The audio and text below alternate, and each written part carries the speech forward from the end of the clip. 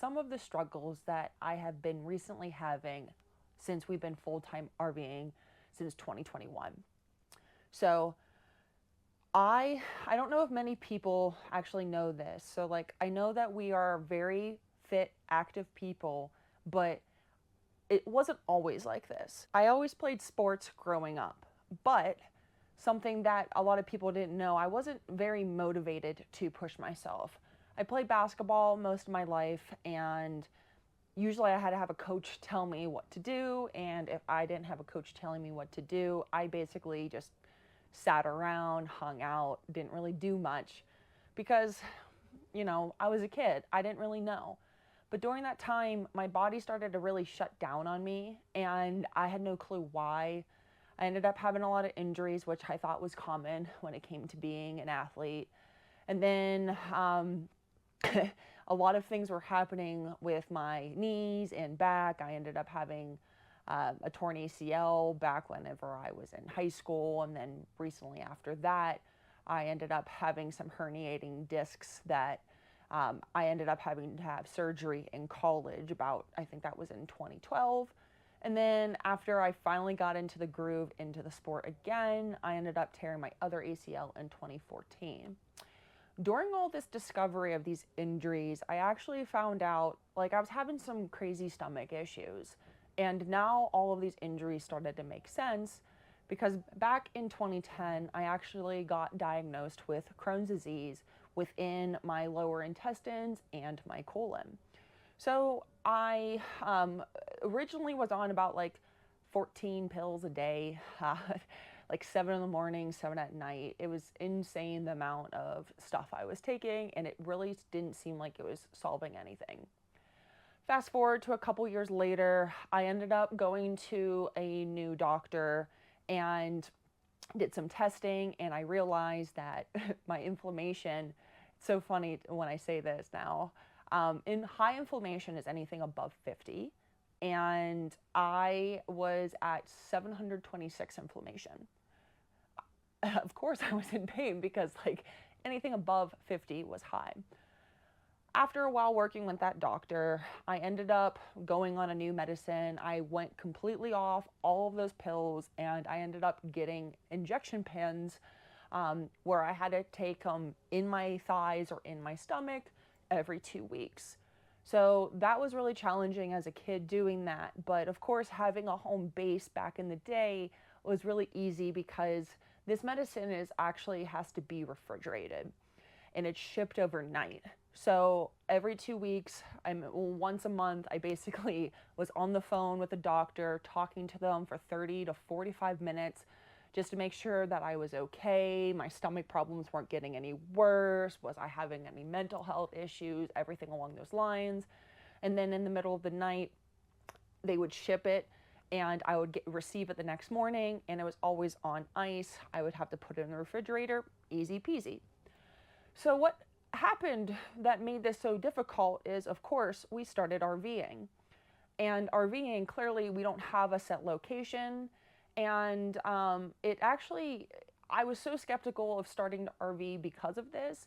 But when I was working with my specialty pharmacies, they were actually able to change my addresses. And I was able to pick up my medicine in different locations, which was really cool.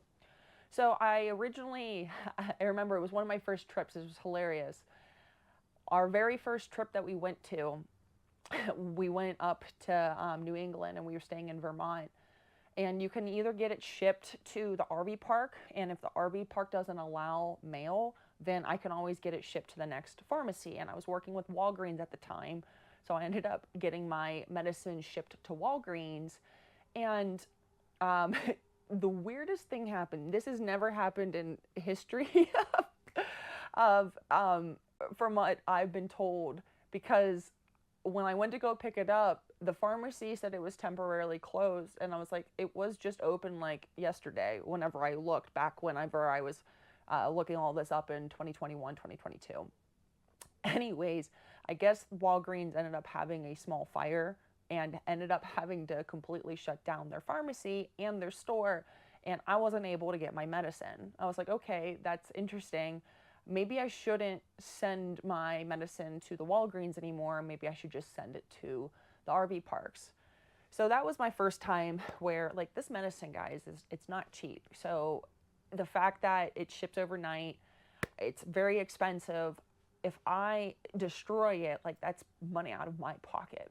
So that was my first incident that I had in 2021. So then I sometimes still send it to some Walgreens. Sometimes I send it to the RV park. But the next thing that happened was the people in the pharmacies would open up my package because it said urgent, must refrigerate, must open now. And they panicked and they didn't realize that I had notifications of it coming in, that I was going to pick it up, but they ended up opening up my package. And for some reason, they would not refrigerate it every single time. I'm like, come on, guys, it's on there. Like, why are you not refrigerating my medicine? So I ended up sending it to some RV parks.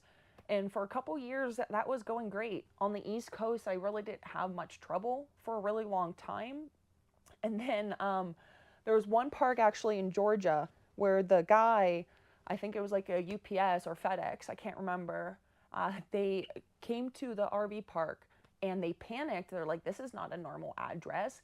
And they actually declined my order and took it back home. I'm like, excuse me, why are you doing this? Like, I set my address, I told you I was here. I have no idea why they decided to backtrack my medicine. So time after time, I was starting to get certain issues like that, let alone with the pharmacy issues and the RV park issues. Like I said, this medicine has to be refrigerated.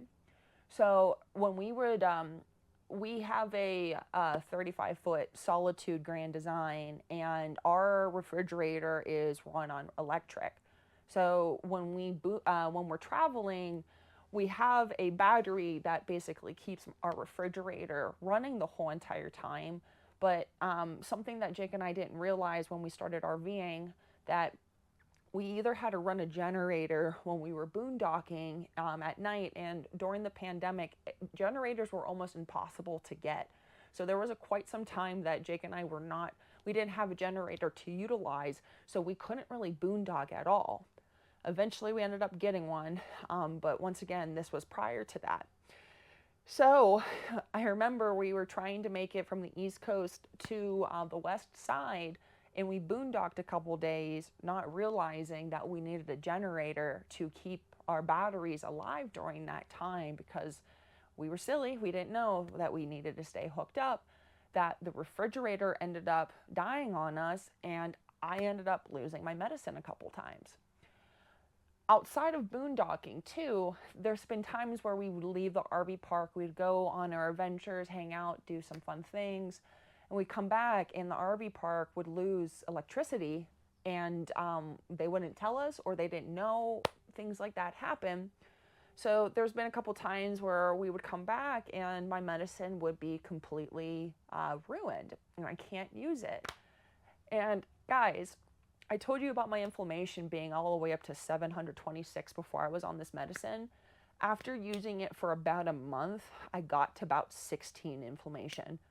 That is insanely impressive, that this medicine took me down into a regular number, let alone almost single digits. So RVing has been really hard to get this medicine. And like I said, it's an injection pen. So basically I have to keep it refrigerated. I open up the cap. I can use it either on my stomach or on my legs. I usually have it on my legs. And honestly, I'm so freaked out about needles that I have to have Jake give it to me. I can do it, but there's been a couple times where I've jumped my leg because I freaked out. Back in the day, there used to be, the medicine was so painful that the doctor, they told me, like, I had to jumpstart my medicine in the beginning. I had to get 4 injections in one sitting. And she explained to me that these injections feel like putting lemon juice in a paper cut. And I was like, okay, that sounds pretty serious. And then right when I put that first injection pen in my leg, I totally understood what she meant by that.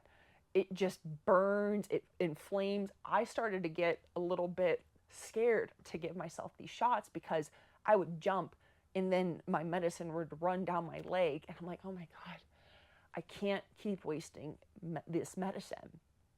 So anyways, we're going to fast forward back. Anyways, things have been going great at some places, and other places it's been quite the whirlwind. So, like I said, on the East Coast, it seemed like it was going relatively fine. But then back in 2023, I think, or 2024, I can't remember, Jake ended up leaving the job that he was working. Two companies were merging and stuff like that. And he decided to step down. And we ended up having to change insurance. So the insurance change made the delay of the medicine pretty challenging at the time, but we got back on it and I was able to start taking my medicine every 2 weeks. Great.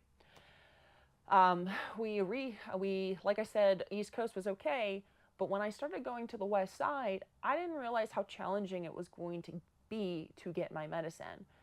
So there were some parks, they are really strict on getting mail at their RV parks. I'm like, okay, great, that's not a big deal. But when we were in the very first time we hung out in California, the RV park, they told us that their mail actually goes through the warehouse to the casino that they were right next to. So like if you get mail, you basically might get it in a week or two. I'm just like, my medicine is refrigerated. I can't wait for it for another couple days to possibly a week. Let alone just a little side story.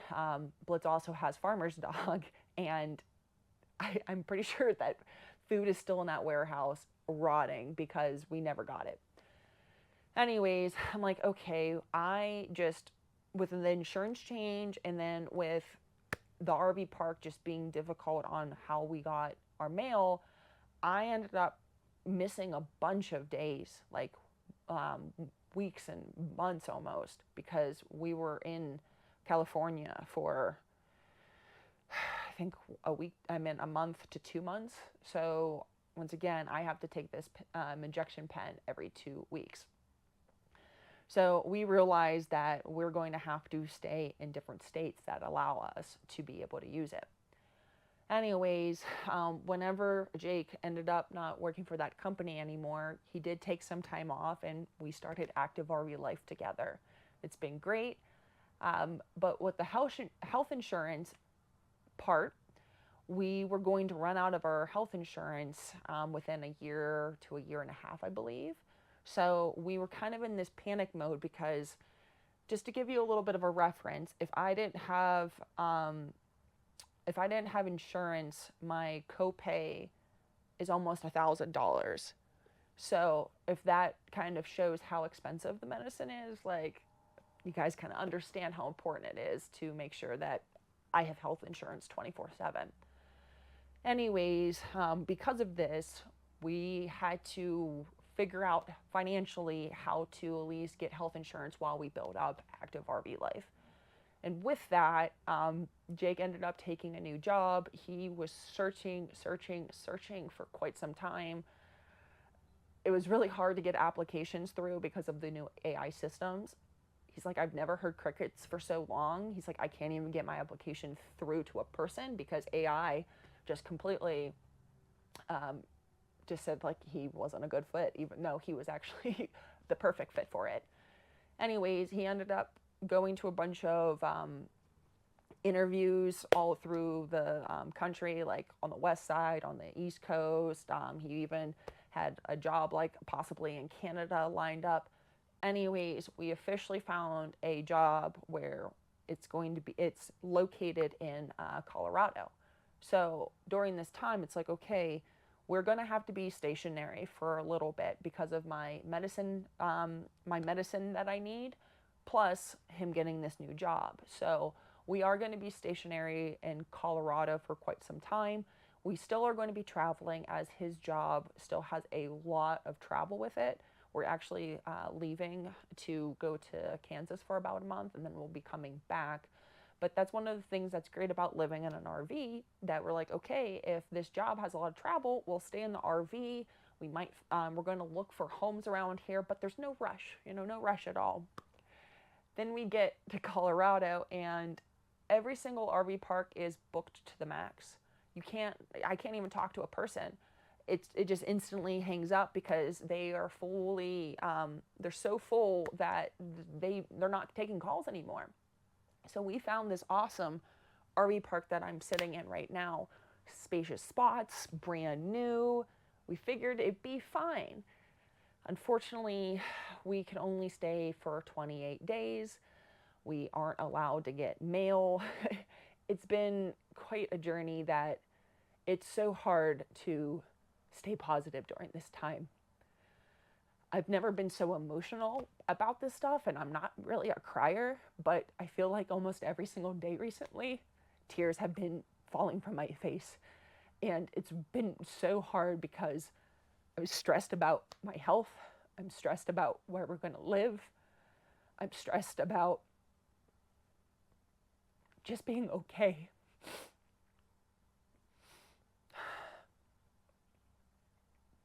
Oh my God. I told myself I wasn't going to cry on camera, and just talking about it, it's just so hard.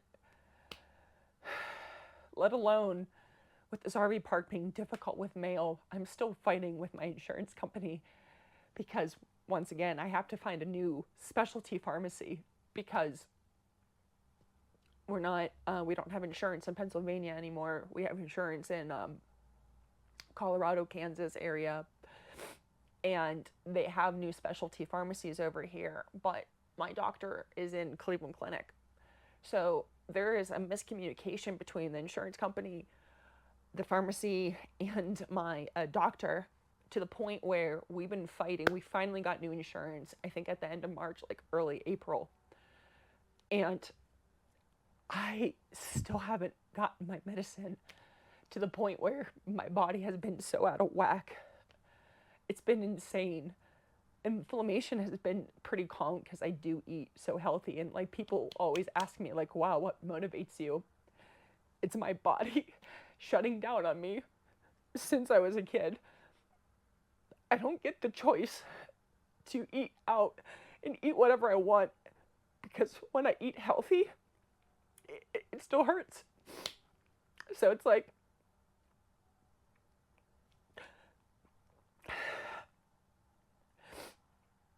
do I want to eat this fried food just for the pleasure of tasting something delicious? Or do I want to be able to socialize with my friends and hang out without being in pain? And at this point right now of just not being able to stay at this RV park, because it's been so hard to find anywhere to stay. Luckily, we get to leave for a little bit. We're coming back to this park, but once again, we're not getting kicked out, but we're not allowed to stay. And something that's crazy, this park has 50 spots, and there's only about 30 people here. And I'm just like, honey boo boo girl, like, can you please let us stay? And unfortunately, it's just a transaction for her. If we're not paying her, and she thinks if we stay for 28 days, past that, we're going to completely ruin her park, which is hilarious because most of the part-timers, they're the ones that don't care. They're the ones that don't pick up the dog poop. They're the ones that literally leave their trash everywhere, things like that.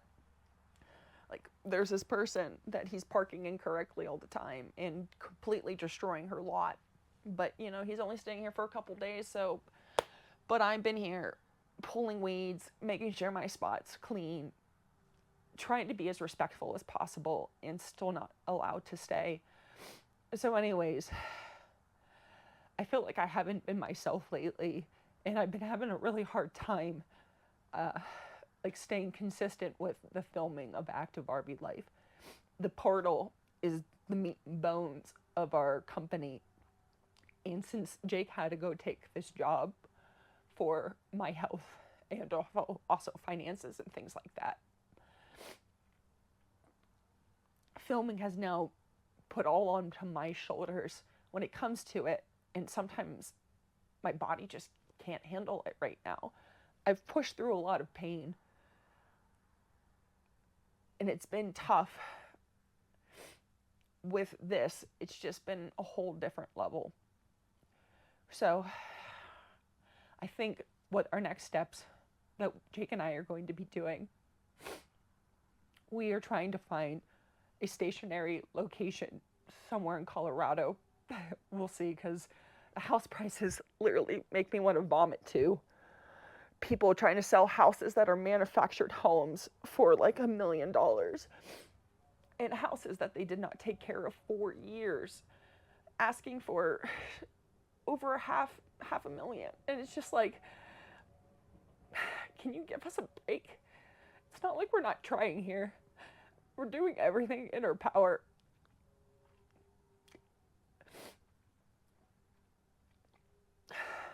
We're doing everything in our power to make this work. But RV life has been a bit of a struggle because of those reasons. And of course, I feel like I'm overly emotional because of all my body changes and things like that. But I just wanted to pop up on here to talk about, like, people judge a book by their cover. And I understand that I look rather fit. And I know I do work out all the time and I eat healthy. But it's because my health depends on it. If I don't, if you saw most people that have Crohn's disease, most of them are sticks and bones and don't have social lives. And I pushed past that on purpose because I wanted more for me. RV life gave more. But now it's just destroyed so much. I love it and hate it all at the same time. Anyways, guys, what the plan is either we're going to try to find a house here, a plot of land, something, and we're going to try to move. I don't know when it's going to happen. We're trying. We'll see.